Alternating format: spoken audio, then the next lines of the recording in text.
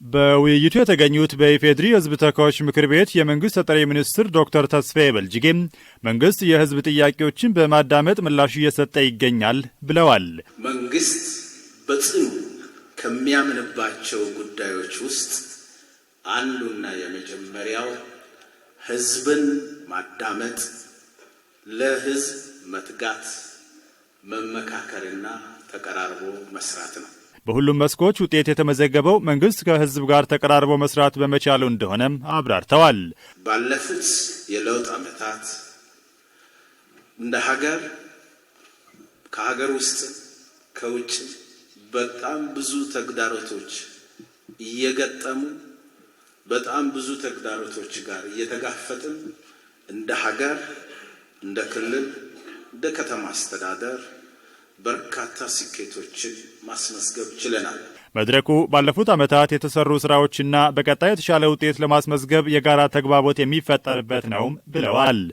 የዚህ መድረክ ዋናው ዓላማ ህዝቡን ማዳመጥ፣ እስካሁን በሰራናቸው ስራዎችና በመጣንበት መንገድ የተገኙ ስኬቶች ዙሪያ እንደዚሁ ቀጣይ ትኩረት የሚፈልጉ ነገሮች ዙሪያ ከህዝቡ የምነሳው አስተያየት፣ ሐሳብ፣ ጥያቄ፣ የትኩረት አቅጣጫ ማዳመጥ እና ለቀጣይ ጊዜ የተሻለ በመጣንበት መንገድ ያገኘናቸውን ስኬቶች የበለጠ አጎልብተን ለመቀጠል የሚያስችል የጋራ ተግባቦት የምንፈጥርበት መድረክ ነው ማለት ነው። ክልሉ በተፈጥሮ ሀብቶች ከበለጸጉ አካባቢዎች አንዱ መሆኑን ጠቅሰው የጥንታዊ ስልጣኔ ባለቤት የሆኑ ሰዎች መኖሪያም እንደሆነ ተናግረዋል።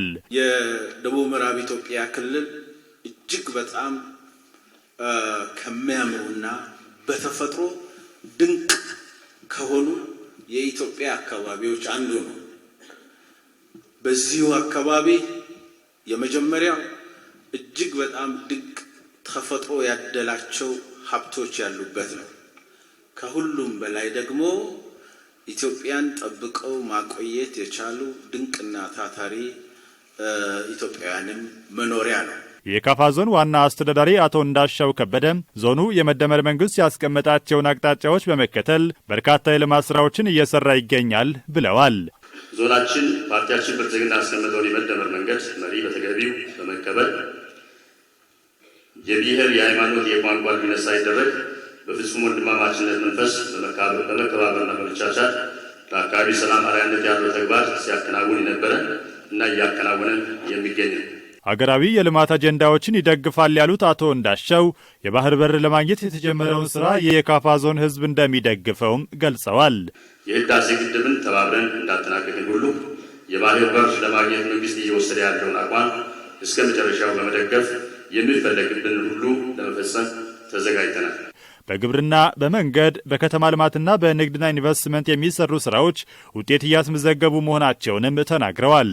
በመንገድ መሰረተ ልማት በፌደራልና በክልል ድጋፍ ከሚሰሩ በተጨማሪ ህብረተሰቡን በማስተባበር በ2017 ዓ.ም ብቻ ከ167 ሚሊዮን ብር በላይ ተሰብስቦ ከ324 ኪሎ ሜትር በላይ መንገዶች በጥገናና አዲስ ከፈታ ተከናውኗል። ካፋ ዞን በርካታ የተፈጥሮ ሀብቶች ባለቤት መሆኑን ጠቁመው ሀብቶቹን የቱሪስት መስህብ ለማድረግ እየተሰራ እንደሚገኝ አመልክተዋል። ከዚህ በተጨማሪም በዞኑ የሚከናወኑ የልማት ስራዎች የዜጎችን ተጠቃሚነት የሚያረጋግጡ መሆናቸውን ነው የተናገሩት። ከለውጡ መንግስት በኋላ በነበሩ ጊዜያት ዞናችን በፌደራል መንግስት ልዩ ትኩረት ተሰጥቶት በተደረገው ድጋፍ የክልል ጥያቄያችን በፍጥነት ተመልሷል። የቡና ቀጥታ ግብይት ሰርቲፊኬት ማዕከል ተከፍቶልናል። የቦንጋ ደም ባንክ ተጠናቆ ስራ ሊጀምር ችሏል። የመለስተኛ አውሮፕላን ማረፊያ ግንባታ ስራ ተጀምሮልናል። የቦንጋ ዳቦና ዱቄት ፋብሪካ ተገንብቶ አገልግሎት እየሰጠ ይገኛል። የአዳሪ ትምህርት ቤት ግንባታ ተጀምሮልናል። ለገብረ ጻድቅ ሻህ ሆስፒታል የተለያዩ ቁሳቁስ ድጋፍና የኦክሲጅን ማምረቻ ተከፍቶ አገልግሎት እየሰጠ ይገኛል። የግብርና ኮርፖሬሽን ተገንብቶ ለግብርና ስራችን ምቹ ድጋፍ እየሰጠ ይገኛል።